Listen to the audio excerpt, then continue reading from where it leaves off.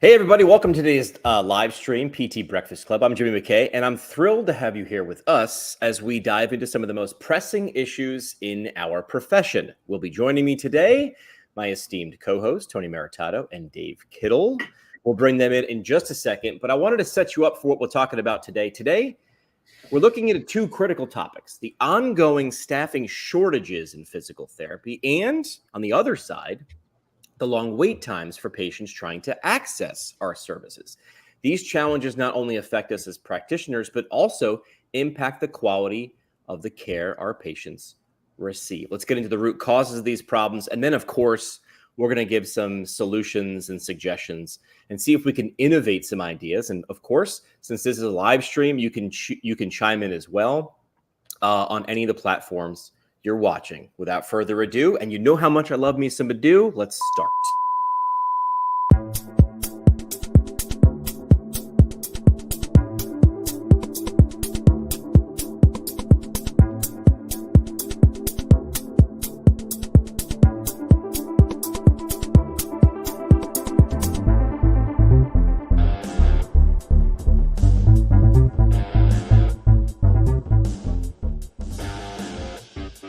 I figured I'd try the cold open. You know what I mean? I'd come in, get them all hot. I'm your warm-up act. And then I'm like setting the stage. And then as promised, here they are. Tony Maritato in the middle and Dave Kittle. Good morning, gentlemen. How are you guys? Good morning. Good morning. Amazing. I'm so happy to be back. We were just talking about the summer festivities. I feel like my summer's already just about winding down. What about you, Dave? Don't say that. All is well here. Family visiting, leaving today. We still have a lot more this summer, as well as the men's weekend baseball league that I'm in. So other than that, I mean, same old, same old. Wow. Hey, you know what? Talking about baseball real quick. Did you watch any of the draft last night? I would love to talk about it briefly. I don't know if you want to do it now. Yeah. Or... Go ahead. Okay. Let's start with that. Okay. I love baseball. The MLB is failing. The top 6 picks of the draft were physically not at the draft. They were in their living rooms. The top 6, they knew they were going to get picked. They knew they were going to get picked in the top 10 or 15 or somewhere. For the NFL or any other major sport, NBA, whatever, it's in Times Square in New York City. Like, it's an event. You bring your whole family. All these guys know they're going to get drafted somewhere. And the fact that the first 6 picks were physically, or 6 or 7, were physically not at the place in San Antonio, Texas, or whatever. Also, I don't know, because it was in like a like one of those like rodeo, like stock, whatever they call it. Like, yeah, maybe that's it, because maybe they perceived like it was going to smell or it was not a great venue, or I don't know. But Major League Baseball is absolutely failing at creating the aura around the draft, which probably will result in less views and all that. I think we can learn something from it. Maybe it's a talking point. As a baseball fan, I think the MLB is just failing at so many things. We can get into it. Yeah. I mean, as a lifelong baseball fan, I've watched I think it's my former favorite sport sort of have their throne, their position atop of America's sport just slowly erode. For a while there, and I don't know the intricacies of it, I think I never noticed, but there was a deal where MLB like wouldn't let anybody share clips of plays online. Like early social media, they were like, no, because then who would watch the game? And I was like, a lot of people would watch the game if they're watching guys make great plays. They'd say, look what I'm missing. It's the hors d'oeuvres and come by the steak. That's amazing to me. We've seen other sports, notably hockey, which was always like 4th in terms of attention in the 4 major sports. They might still be there, but they're gaining. They did you know where they did their draft? No. Where everything should be at a draft should be at the Sphere in Vegas. And that thing was a show. Like, they blew that thing up. So unless there was a compelling reason, my only question would be, are those 6 top players on the road? Like, are they like with their teams right now? Are they playing? No, they were literally at home in their living rooms with their families, and they're not playing for any other team because they're about to get drafted. They're done college ball. Maybe they're playing summer ball, but like they're probably not playing summer ball because they don't want to get hurt before the draft. So they're probably just training. Not cool. I mean, in my opinion, hype this up, man. Like, 15-year-old kids want to see 19-year-old kids. You know what I mean? Like getting drafted, or 22-year-old kids. Like, and if you're a fan, you want to see where's the franchise going, and you don't want to see it in mom's living room. Football, I get, because there's like a like on the third day, right? If you knew you weren't going to go in the first 2 rounds, you might be sitting on the couch. I don't know. I will say though, like I'm not a huge sports nut. My wife is more of a sports nut than I am by a mile. MLB is the only professional sports that we still go to that I feel like is still within reach. It's like affordable. We pack up the family. We go 2-3 games a year. We have an amazing time. I love going to the Reds games. I love going to the Dayton Dragons games. I haven't been to a Savannah Bananas game, but that's the next one on the list. So I will say that what it's got going for it is they play a ton of games. It's an affordable event. We can get there. Like we can interact with the players. I also wanted to say, plug for Middletown, where my physical therapy practice is. So the 27th pick was Dante Norai. Just a little background. So Fred Norai, local celebrity. His grandson, Dante Norai, got picked last night, 27th, went, I don't remember where he went, but then Norai also helped with Kyle Schwarber. He's a local kid. So like we've got all these deep baseball roots, and one of the things that I think is always interesting, like my kids love baseball, my twins in particular. So like they have access to Fred Norai, who has access to Dante Norai and Schwarber and all of these guys. It kind of goes back to, and I feel like this will come up at some point, the connections, the connections you have, either the connections you have through family, the connections you have through location. Those connections are so powerful. And we're talking about Middletown. It's a steel town. It's not, New York City. It's not Manhattan. But I think the connections you make growing up are just so powerful. We don't even realize it as we become adults and kind of move into the professions. Yeah. Banana Ball should be a future episode for us, just watching what they did. I mean, it's brilliant. It's really brilliant. Dude, we covered it. We'll do it again. We covered it when you were just Tony and I. Yeah. Also, real quick. So the MLB, I want to give them one area of credit.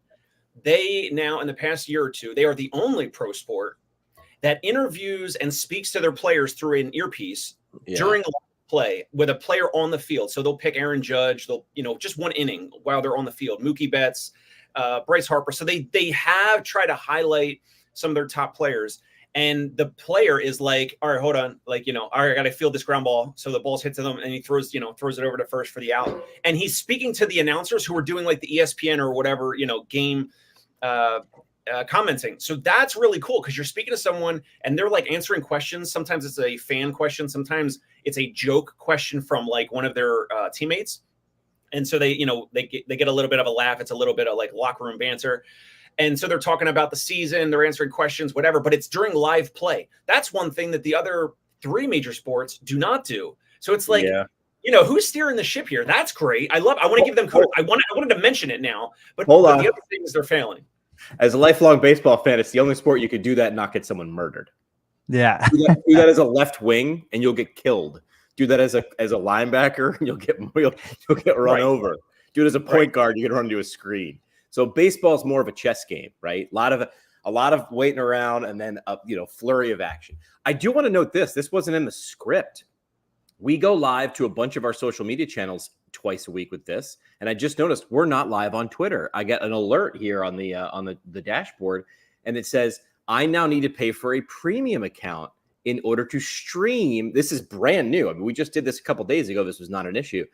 Now this I want to highlight. You rent space on these platforms.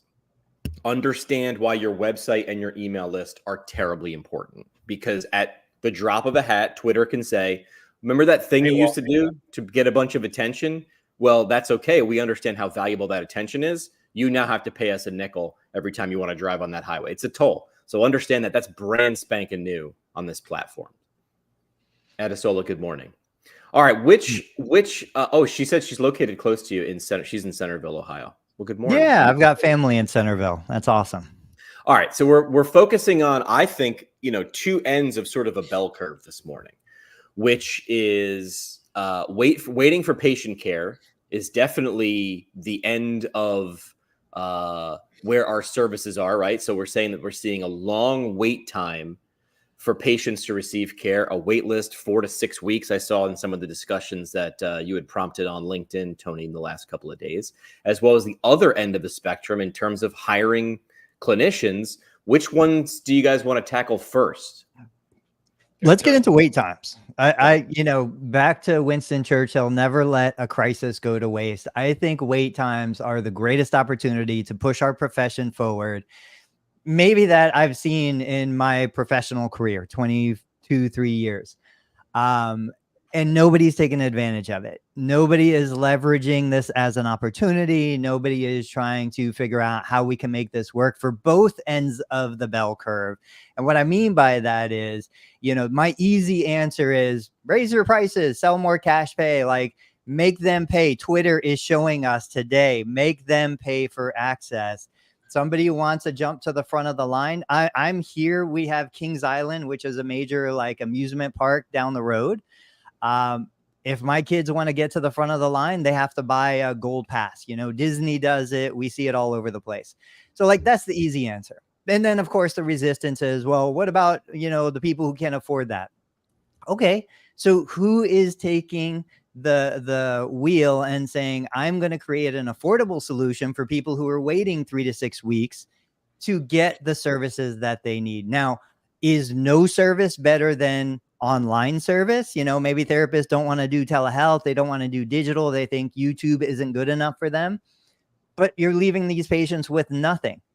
I think we can address both ends of the bell curve, and let's just kind of share some ideas. So right off the bat, and then you guys think about what you want to say.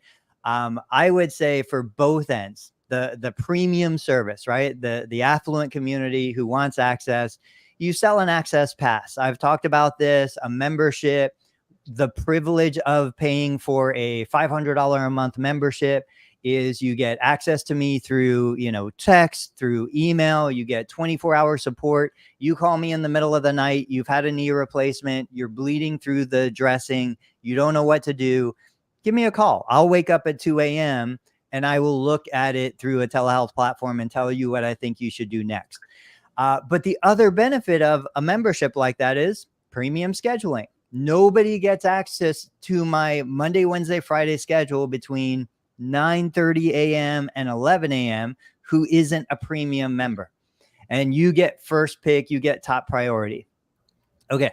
The other end of the bell curve is I'm going to can or productize what I do every single day in the clinic. I am going to record. I'm going to document what I do in the clinic. I'm going to provide those answers in a video format so that somebody who is sitting there on a 6-week waiting list can buy the videos, can buy the course, whatever you want to call it, and get their questions answered. I can't even tell you how many people come into my clinic saying, I've been binge watched a bunch of your YouTube videos. You answered all of my questions, even the questions I didn't know that I would have.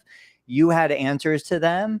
I can't thank you enough. So that's something that I give away for free, but it could be packaged. It could be a $10, $20, $30 digital product, and it could help anywhere, not even just in this country, but now we can go overseas. So those would be my two solutions to somebody who wants to help with the wait list problem and understands that there's huge value. This is a hungry audience that's not getting served.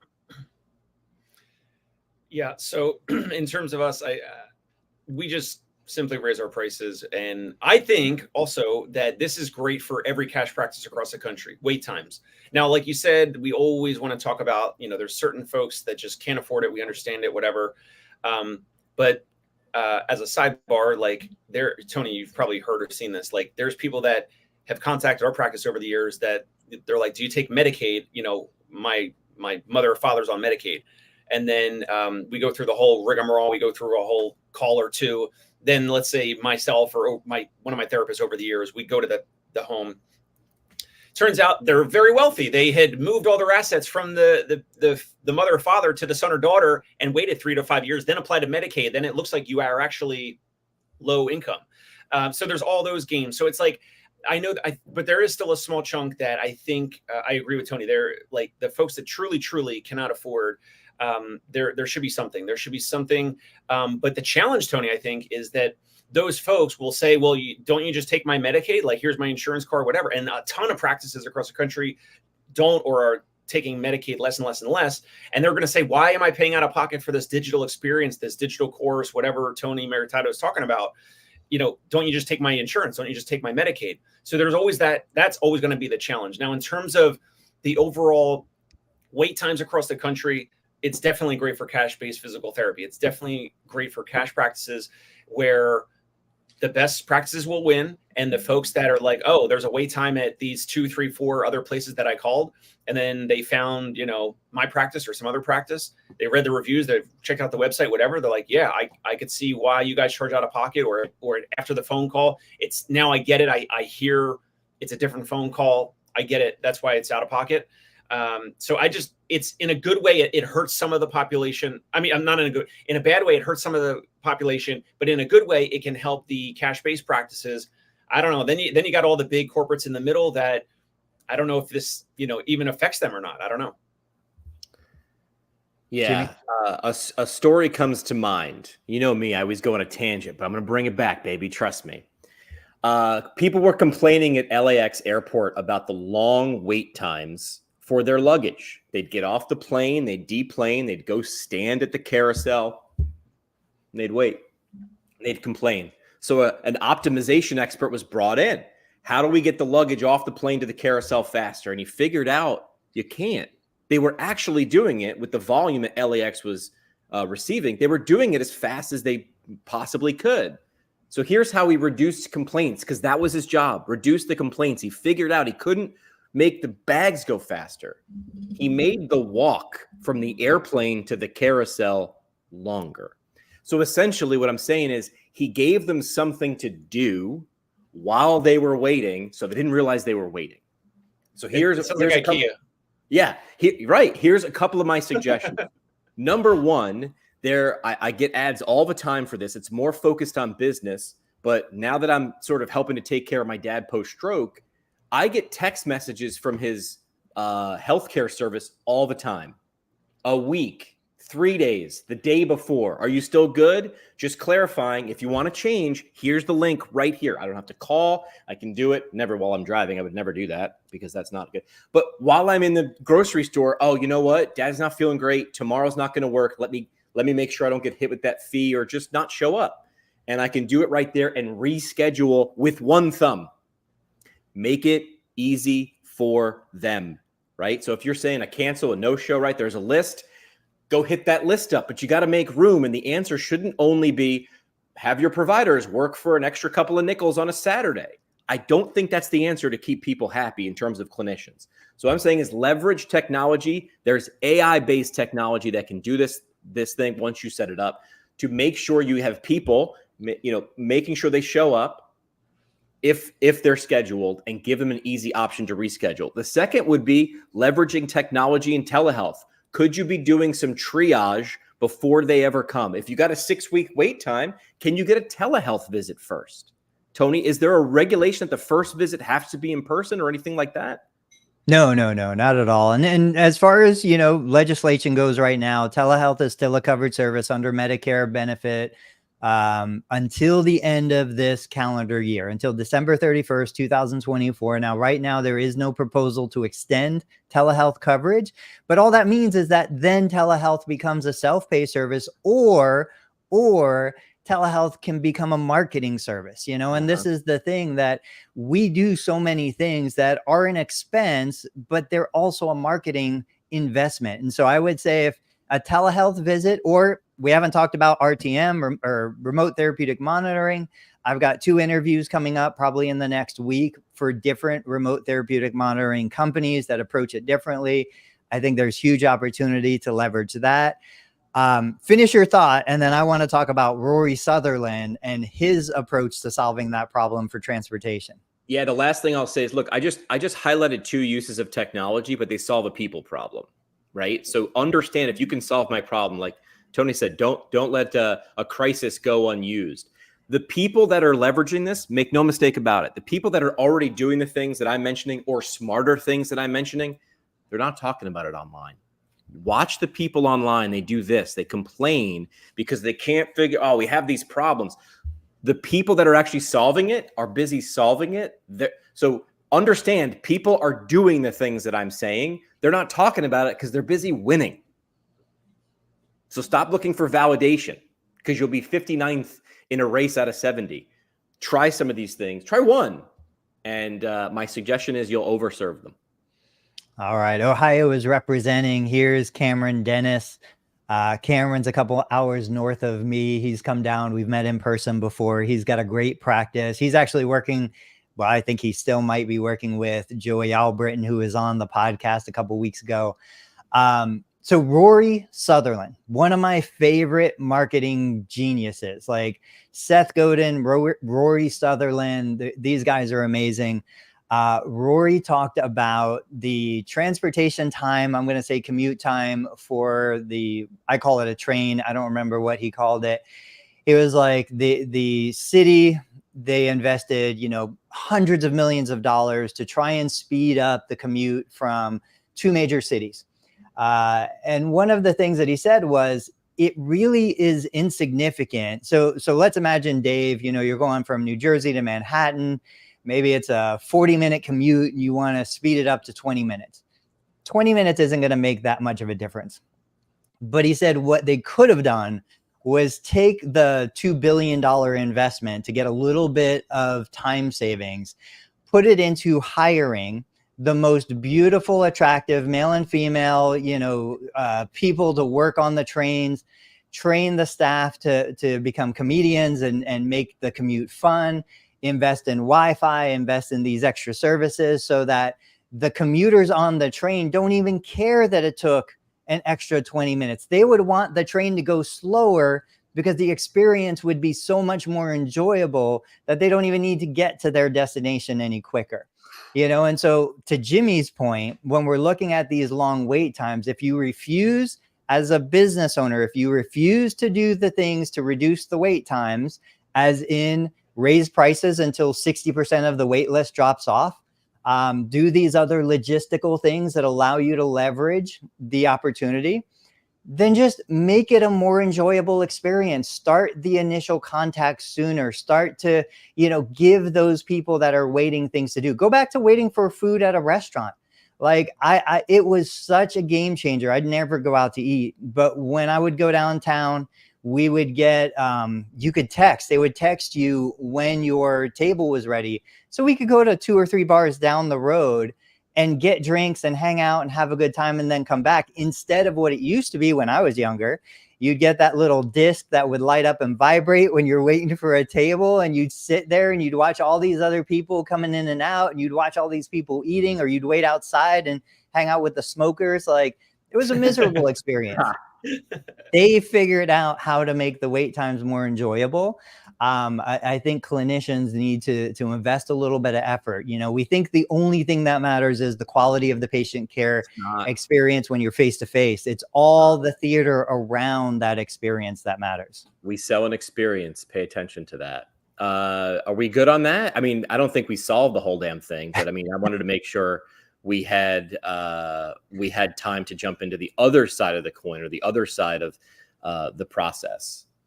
Yeah, let's talk about hiring. Let's talk about staffing. Man. All right. So where are the bottlenecks in terms of staffing? So let's set the stage. You guys are practice owners. Set the stage. Where's the problem?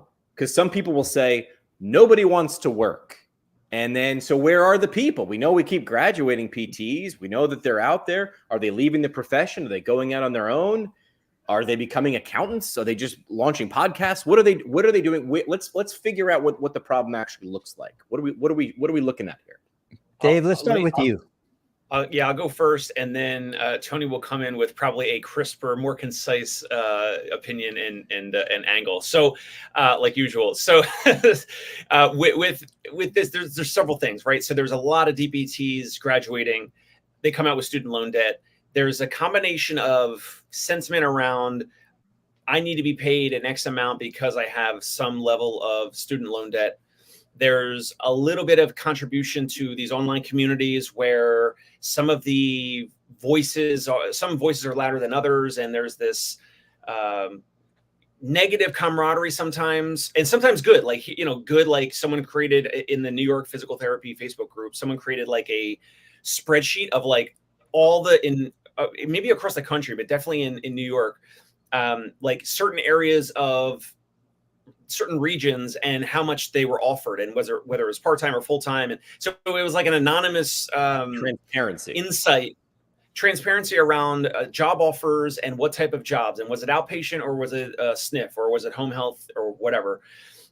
So there's that like the online collaboration, there's some good there, but then I think there's also some negative sentiment around like, oh, well, like I have, $250,000 of student loan debt. So I need, DPTs need to be paid $100,000 or 120 or 110 or something out of school when they have minimal hands-on experience with real patients other than rotations.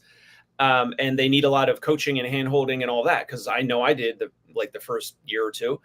So there's some of that. I think that's one of the biggest things. But then at the same time, there is, Jimmy, I think, because I come from a blue-collar family, I think there is, and I never even heard the word burnout until, I don't know, 5 years ago or something, or like recently. I graduated in 2011, and my first job or two, I was doing 3 or 4 nights working in outpatient clinics, because that's just how it is, right, Tony? Like, you got to close the clinic, and there's patients that want the 5, 6, 7, 7:30 p.m., whatever slots. And so I think there is some of that, whether it's the profession attracts some of those styles of individuals, I don't know. There's multiple things here. That's why we're talking about it. That's why it's an ongoing topic across the industry, across the profession, across different podcasts and online sentiment, offline sentiment. There's multiple things here. That's my take so far. I would love to hear what Tony thinks. So these two topics are married, right? We started talking about it because if I don't have staff, I have a long waiting list, and all of this stuff works together. I wanted to mention John DeLucci. Now, I think I have been following him from Facebook like years ago. Some of these names start to get twisted in my head, and I don't remember who's who, but he's great on LinkedIn, John DeLucci. He's got some great feedback on this topic in particular, and then some other stuff. He's been sharing a bunch of great content. But when I'm looking at this, I never tend to agree with the conventional wisdom, which is, well, pay more, offer bonuses. Somebody had mentioned either on John's thread or on mine, well, we can increase capacity by offering our current team to be able to work extra hours, work the weekends. And I'm like, I don't know about you guys, but the people that I hire, and maybe it's just the culture of the people that work well within my team, they don't want to work more. Like, my most powerful incentive for people who come work for me is typically, look, you can work less and make the same pay. Like, they want time with family. They want time to travel. They want time to think and be creative. And that's what I want. So it's probably my own biases that attract that. But I've never found a clinician in 22 years who is motivated by financial incentives. They want to get paid what they need to get paid to feel valued. And this goes to Dan Pink and his research. But so when I'm looking at that, I'm like, all right, more pay is not going to produce significantly more production. I'm going to take that off the table. So I would start to use our clinical brains and say, well, what's really the problem here? How can I increase capacity? Even if I was to find an amazing young person, I'm like, hey, I'm going to pay for your, education. It's 6 years. It's 7 years. I'm not going to have them in my ecosystem. Then I look at PTA.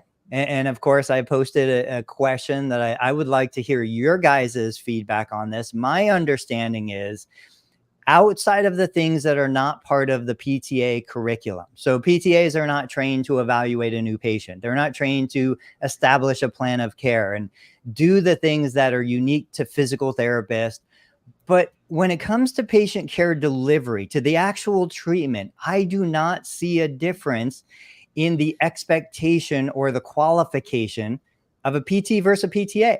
They should be exactly the same. Even in Dave's world, A PTA stepping into a cash-based system should be just as qualified to deliver the visit that a PT is qualified to do. So that's my perspective. So I'm like, all right, well, PTAs seem to be more abundant. PTAs seem to come with a different perspective and different mindset from the PT. So that's why I tend to focus on building a team of PTAs over building a team of PTs for my current business model. But then I even take it a step past that. I'm like, well, follow me on this.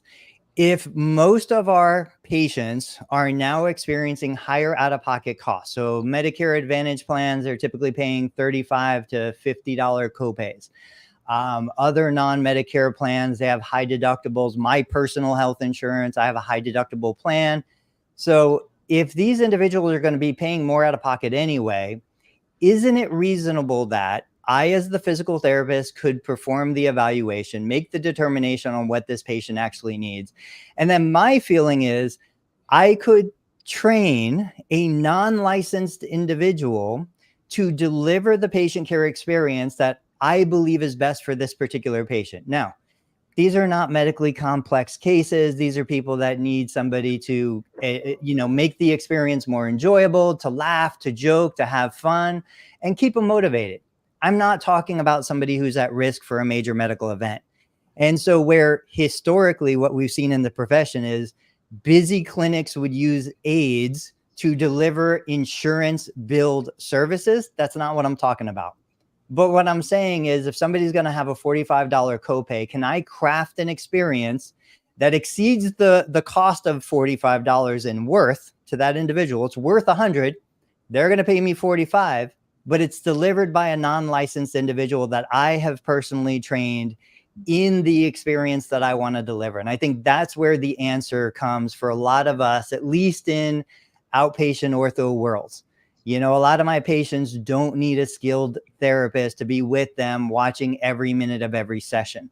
I think I can build that. I can build the experience, and I can train the individual to deliver it for less than the cost of a copay and still run a profitable business.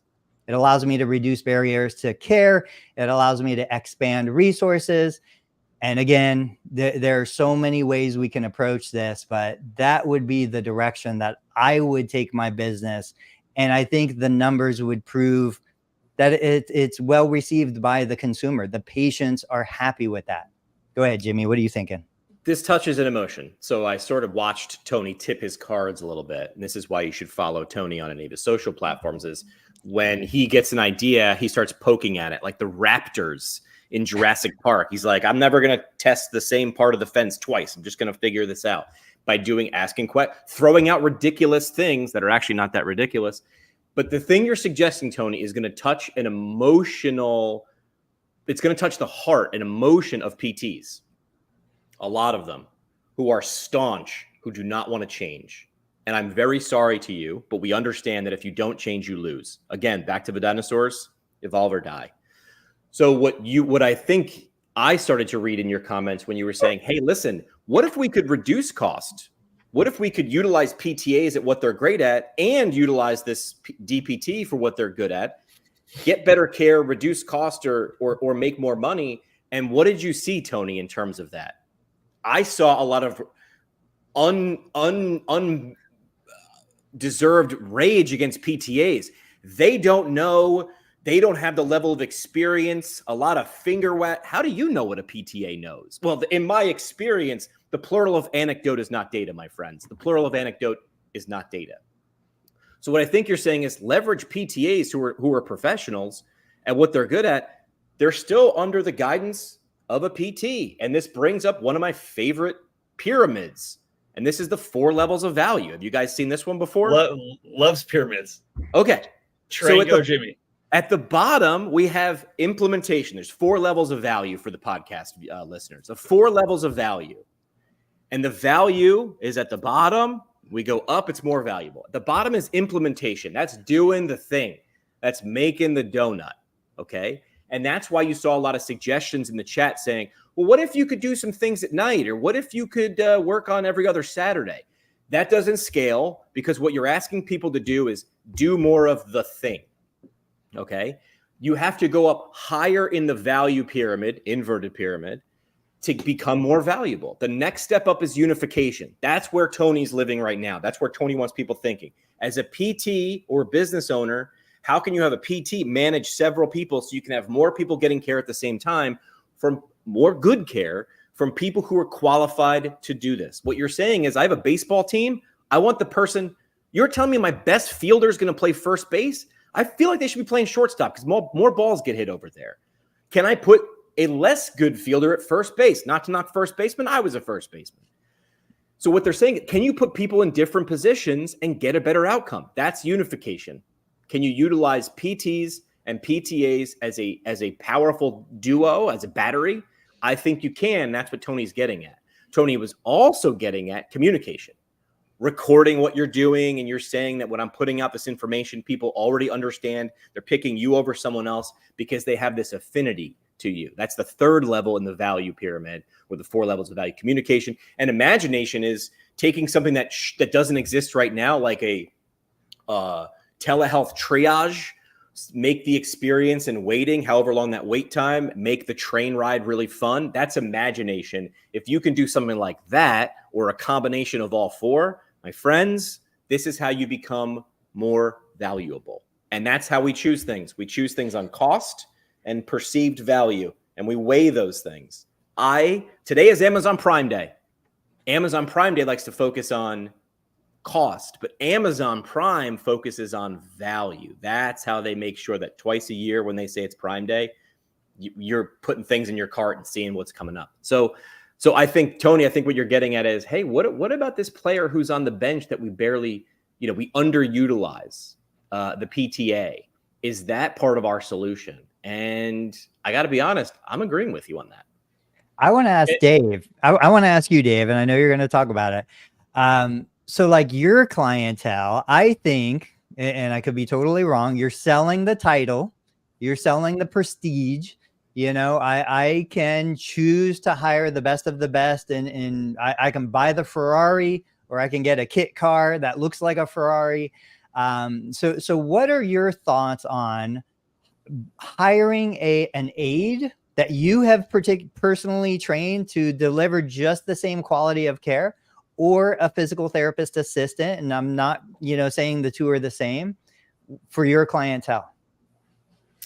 Funny you ask, because it just started to be implemented last week or the week before, very recently. Now, I wanted to ask, because you were saying PTA, Tony, but then you also said unlicensed, right? So you're saying either an aide, or can I look between the lines, personal trainers or whatever? Like, that's kind of what you were hinting at. And that's the thing. Like, I think you have levels, but when I look at the resources we have available, if I want to build something that's more accessible, that's still insurance covered, I would go to the physical therapist assistant. Right, and I believe that the physical therapist assistant is equally qualified to the physical therapist when it comes to everything between the bookends, between the evaluation and the discharge, right? But if I'm looking at going cash base, I would not even necessarily limit myself to a physical therapist assistant. I would go unlicensed. I would hire for personality. I would hire for other soft skills, because now I can cast a wider net, and there's far more opportunities for me to go outside of just licensed individuals in a cash-based world.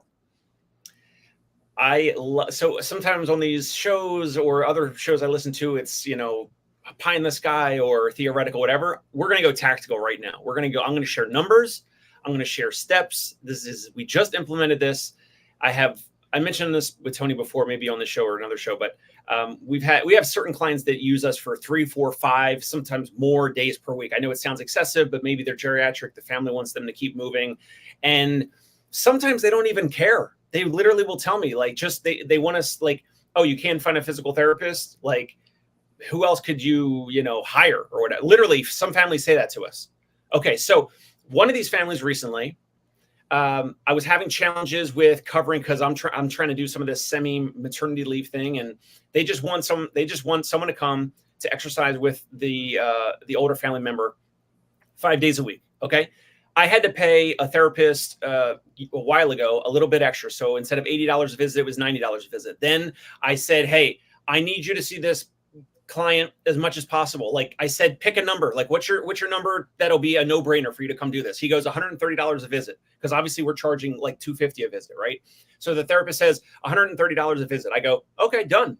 So he starts seeing this client 3, 4, 5 days a week for about a month or two. And then the therapist says, because the therapist lives in Manhattan and this other client is in Brooklyn, somewhere kind of out of the way. So the therapist says, I want to stay in Manhattan. I'm getting my Manhattan caseload busy, so I don't want to go to Brooklyn anymore because this client is kind of out of the way. And I know you paid me extra because of the walk from the subway and all that. Okay. So then I lost him. I have tried, Jimmy and Tony, guys and gals listening, physical therapists, purists listening. I have tried to get more therapists either hired. I've gone on LinkedIn. I've contacted PTAs. I've contacted PTAs on LinkedIn, cold sending them messages. It's been challenging. So this is what I did. I told the family, hey, we're gonna hire a personal trainer. I'm gonna handle everything. And we did I picked 2 different companies. The first assessment was free. So I went on, this was a couple weeks ago or whatever. I went to the normal visit time with this client who's been in our practice for almost 4 years. They love us. We can get into how we retain clients or whatever, but the family just wants the family member to move. So then I said, okay, let's try these 2 personal training companies. I'm going to manage the whole thing. You're going to continue to pay me the same rate. So here's some numbers. I buy. We go through two different companies. The first trainer was okay. The next one was like really great. And then so we go, okay, I'm going to buy a $24 visit package. It was like $19.95. It came out to like $83 a session. I'm charging $250. Great margin. And I want to say it now and loud and proud that this personal training company, these trainers, the owner of the company, the owner's getting a little margin, the trainer is happy. And it's like, I'm looking at this like, this is genius. And it's not through insurance, so it doesn't matter. Like, and it's not right now, it's not medically necessary. If he has a setback, some pain, injury, a fall, whatever, we'll either myself or we'll install a physical therapist back into the plan of care, back into the household, and not have the personal trainer there. But my comment on this is these personal training companies are hungry, and they're hungrier, dare I say, they are hungrier than the doctors of physical therapy out there. It's unfortunate, but it is what it is. Well, I've shared ideas similar to that, where I've talked about finding LMT. So we're not a manual heavy clinic, but obviously we know there are clients who want manual therapy. It's easier for me to hire an LMT. But one of the things that I had done for a while was I would reach out to local LMTs that I know, that I trust, that I like, that I built rapport with. I asked them, what's a 6 visit package for you guys? Can you give me a discount on that? And I will sell that package for you. And so similar, a little bit different, but basically that's something where I don't have to put the money up front. I can sell the package. Let's say it's $100 a massage, and they're going to sell it to me for $70 a massage, but then they're going to get to keep the client after the 6 visit package is done anyway at the $100 rate. And what's really exciting about that, and I don't know if you're doing this, I didn't hear it in the details. Ask me. What I would do is I would sell the 6 visit package to one of my clients, but I wouldn't pay the LMT until each of those sessions was used. So I would get the money up front. And which we know happens, they buy 6 and they use 4, I've only paid for 4. I've got that extra 2 on loan until or if they ever use it. That's the only way. Like back in the day with Groupon, I used to make a ton of money with Groupon, even though I didn't make any money on the actual massage sessions that were used. I made all my money on the 22% of massage sessions that were sold and never used. Smart. So there's all these little nuances to how this works. Not to go off track, but the other option here is just changing other elements in what we do. I get so much resistance on single unit visits, but like if I was sitting there with a 3, 4, 5 week wait list, I would look at changing the model of care, how I'm delivering services. Is it possible that I could compress maybe a 4-unit session into a single unit session, or maybe do 4 single unit sessions instead of 1 4-unit sessions across the week. Now, I'm not mobile. I have a brick and mortar clinic, so it's easy for me to control capacity in that sense. Is it possible that I could deliver other services to an individual who maybe doesn't need one-on-one care with a therapist, but more than once a week, but they still would benefit from just coming in and working out? Like so many of my caseload, they just need to move. They just need to exercise. They need to build confidence and feel like they're doing something. I think Jimmy said something about like, yeah, giving them something to occupy them so they have a locus of control that's internal. So much of what we can deliver, even if we don't have the capacity for billable minutes, is look, let's give these patients something that empowers them, lets them see that they're moving the needle forward, even if it's just riding a bike for 20 minutes. You know, I've got a patient right now. He's been a patient a little over a year and a half. He's a single individual. He comes in and rides the bike for 60 minutes. He feels amazing riding the bike for 60 minutes. He feels like he's in control of a chronic condition that he's dealing with. It doesn't cost me anything for him to come in and ride the bike, you know? And so like these are, but he's there. So when the time comes for skilled care, when the time comes for billable units, I can deliver them. But if I don't need to, he can just come in and ride the bike, you know? And so like, we tend to go down these other roads of what's always been done and what we think we're supposed to do and all this stuff. And we close the door on other opportunities that are out there. What were you going to say? I think I cut you off. Somebody. I was going to ask or say to both of you, the clinics that are successful 3 years from now, because right now everybody's in the same, we're all in the same storm. We're just not on the same boats, right? That's the way to look at it. The clinics that are going to see success in 3 years, what do you think they'll have implemented from what we talked about today? Ooh, clinics are afraid to use text because they don't want to take any chances and feel that they're going to do something wrong. Listen, I thought of this when I saw people, PTs sort of chiming in and instantly jumping on, well, PTAs don't know this and they're not as good as me at this. That reflects on you as a teacher, in my opinion. That reflects on you as, okay, I mean, like you said, hire for personality. I can teach you skills. So by saying like PTAs don't get this level of education, number one, do you know that? Different schools teach different schools are better. Some are better, some are worse. And if you can't take someone to make them better, that means that you are an implementer and you're not a communicator or a unifier. And that is why you have less value. I'm going to say that again for the people watching my live stream with the graphic. If you're staying down here at implementation, the only way to scale is do more. Work nights, work weekends. Now you could raise your prices. I agree with that. I agree with Dave. But if we're saying if you can be better at unification and communication and imagination, you can have more value. Do you think that the people that jump on this, utilizing people that are not PTs, will have further success? That feels like the low effort, high reward, the quick win thing to do right now. Or I should say maybe it's a high effort, high reward because it's investing in people, just a different professional.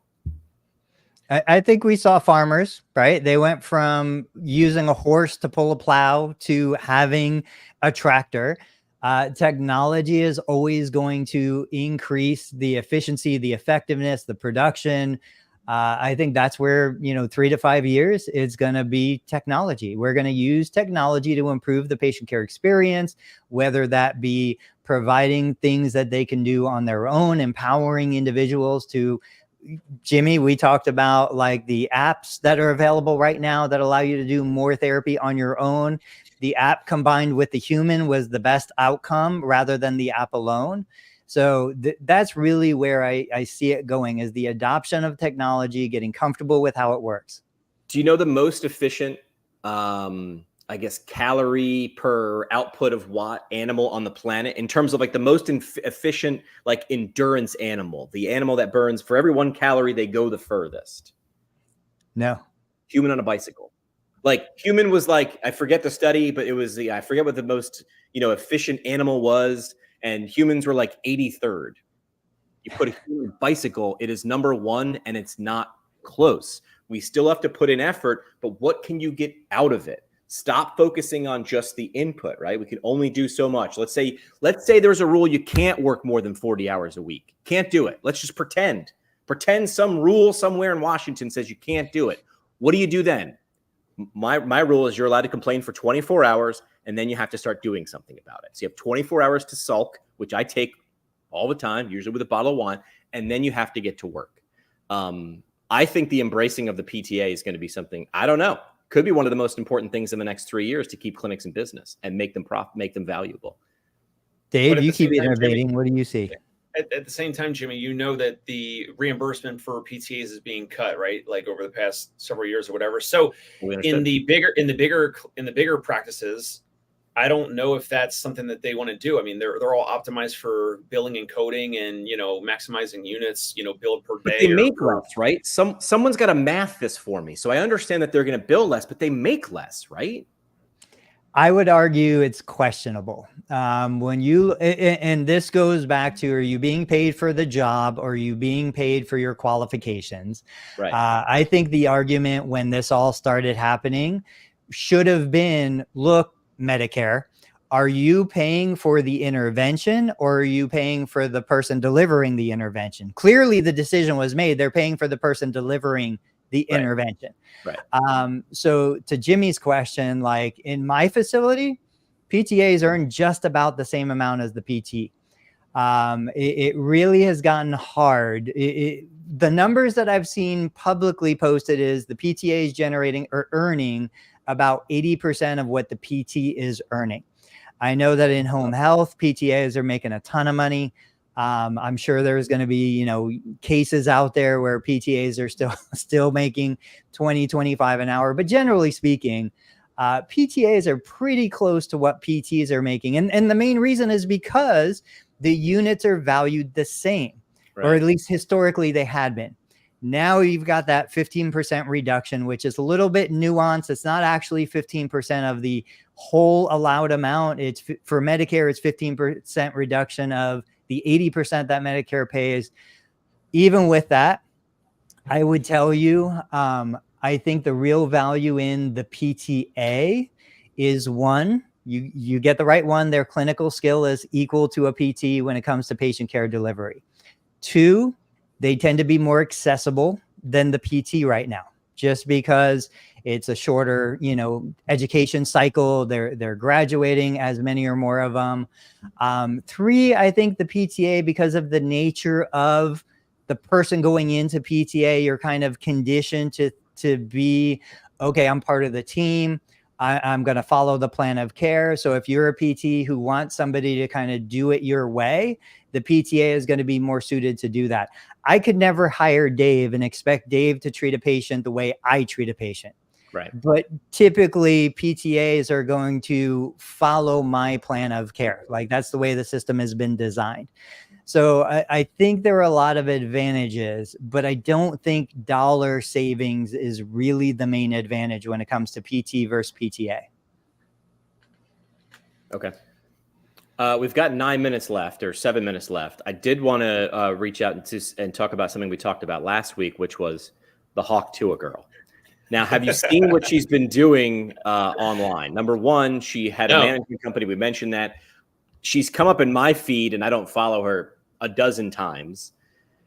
She's doing the tours. She's doing the concert and bar tours. Catch me in, Sacramento next Tuesday at the concert. And she's doing a couple of different brand deals with some things that fit her personality, right? So concerts and bars and things like that. Saw a brilliant video of her because they probably sat down with her, this management company, and said, and what I said, tell me about you. I don't know anything about you besides the one thing you spit out of your mouth outside of a bar. and it came up in that conversation I'm getting with this management company. I love pets. I love dogs. So there's a video of her going and spending $500 at PetSmart and then going to a shelter and, giving the dogs treats and doing that. Useless content. I mean, just frivolous. Bringing her a little bit back towards the middle. So she's not just this girl, but hey, if you've got that wave of attention, how long can this 16 minutes of fame go? So I thought that was a good idea on her part. I will also, this is like a wrap up. I mentioned in the beginning that I got this alert when we started streaming, I now need to apparently pay to stream to X/Twitter. I've never really jumped on a lot of the platforms while we're streaming to see what it looks like, but I decided to do that. Have you ever been on LinkedIn while you're streaming? Do you know what your LinkedIn profile looks like when you are streaming to LinkedIn? I didn't until today. They're doing the opposite. They're saying, we're going to give you such a valuable great screenshot, Jimmy. Essentially, your banner, your header banner is now a TV screen while you're live streaming. So they are going in the other direction saying, not only do we want you to stream, we're not just going to put it in the feed. We're going to make your profile page a billboard. So it's the destination. So we see two different platforms going in two different directions. One is saying, similarly to a clinic who has a long wait list, we know we've got a lot of attention. We know it's valuable. Now you got to pay up if you want to keep doing it. The other is saying, we want you to do this. They want more of it. So I thought that was a tale of two cities on two different social platforms, and a hawk to a girl. Well, I mean, X, Twitter, whatever. It's just, I guess, looking to monetize a little bit. They already have a lot of engagement where the native engagement is text and or some memes. Like there's not a ton of like video and pictures on the platform. It's mostly text based, or again memes or pictures, or tweet threads or whatever. And then LinkedIn, we've all seen it over the past couple of years, like trying to do more content. They want more content. They want more video, all of that. So that doesn't surprise me at all. I would love to hear Tony's thoughts on the differences between the two platforms, and how other therapists or owners can utilize that. And I love the comparison, Jimmy. Yeah, looking at our numbers and not being on Twitter, it looks like there was a lot of volume on Twitter, but I think Dave or Jimmy, somebody said, could just be bots. Like even though you see this high view count, it could just be bots off of Twitter. So now a lot of that is wiped out. Now we have a true audience here. But I just like these experiments. I like to see businesses that go in opposite directions. Dave and I go in opposite directions. Both of us are successful. I think we can learn lessons from both. That's the thing that excites me the most. At heart, I just love the process, and I love seeing how it goes. What are the closing thoughts? Parting shots. Dave, what do you got? Parting shots. Let's see. We covered a bunch of different things, but around the whole staffing crisis, I think it's still good and productive to have these types of conversations. So whether it's between owners, it's between physical therapists, other folks in the industry, this is the best way to navigate it, which is kind of trying to troubleshoot solutions, and whether it's using unlicensed aides or other folks on your team to carry out some of the services that are not medically necessary, that are not billable or covered by insurance. That makes sense. I think the best way for us to navigate out of this is to be open and to, like Tony said, whether it's a combination of tech and apps and some technology and the human connection.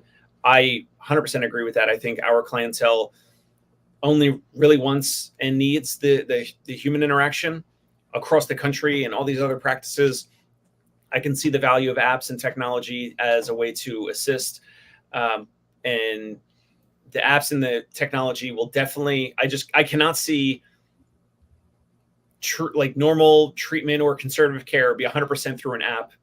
But I'm biased because of how I want to go to a professional and a physician or a therapist. And I'm also biased because of my clientele, who literally never ask for an app. They don't ask for any technology. They don't ask for a portal. They don't ask for a chat widget. They don't want to, they will text me or my therapist, but then they want to convert that to an in-person visit. Like, I have this issue and I want to do it in person. But anyway, we're talking about the physical therapy staffing crisis, the challenges out there with recruiting and hiring. And I think this is we're well on our way to figuring out solutions, and the challenges that the solutions are going to be different for different practices and different companies. Tony? All right. PT Pintcast, great conversations on tap. Go to PT Pintcast podcast YouTube channel, subscribe, go to the Dave Kittle Show podcast, YouTube channel, subscribe, learn Medicare billing, subscribe. Like, guys, get out there. If you want to be part of a great conversation, subscribe, support the channels, help us all level up this show. Jimmy? I think the rising tide lifts all ships. I would say there's a great quote from Emerson that I just shared across all the platforms, which is, if you build a better mousetrap, the world would be the path to your door. What I want people to understand is, what business are you in? You are not in a mousetrap business, because that is a product. You are in a service business.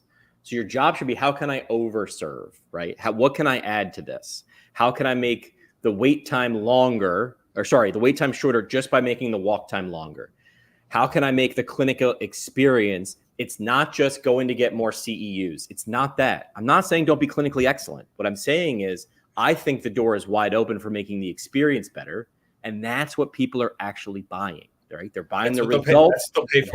That's what they'll pay for. So I would say, if you build a better mousetrap, the world will be the path to your door. But if you build a better experience, people are going to show up more, and they'll wait longer for that experience if they understand what they're going to get. But also, do they have to? Or can you give them something to read? I mean, the first person to put a magazine in a waiting room, how smart was that? Just give them something to look at, or put a TV in the dentist office waiting room. That was brilliant, right? Great. What can you do? How can you expand on that? Does it have to be in the waiting room? Can it be home? Giving me something to stay engaged. I mean, a simple chat widget to say, like, something opened up. This was big in the restaurant industry. It was like, take my shift. Instead of you having to text 20 of your colleagues and say, I can't work tonight, you put it up on an app, and then 20 colleagues would automatically get it. And then you'd have your problem solved, because I need the money. I'll take it. It's mine. It's mine. It's mine. Everybody wins that. Figure out a way to make everybody win, and the world will be the path to your door, even if you don't sell mousetraps. Would love to hear from you. Let us know what you think about this via all the platforms that Tony had mentioned. And thanks for listening.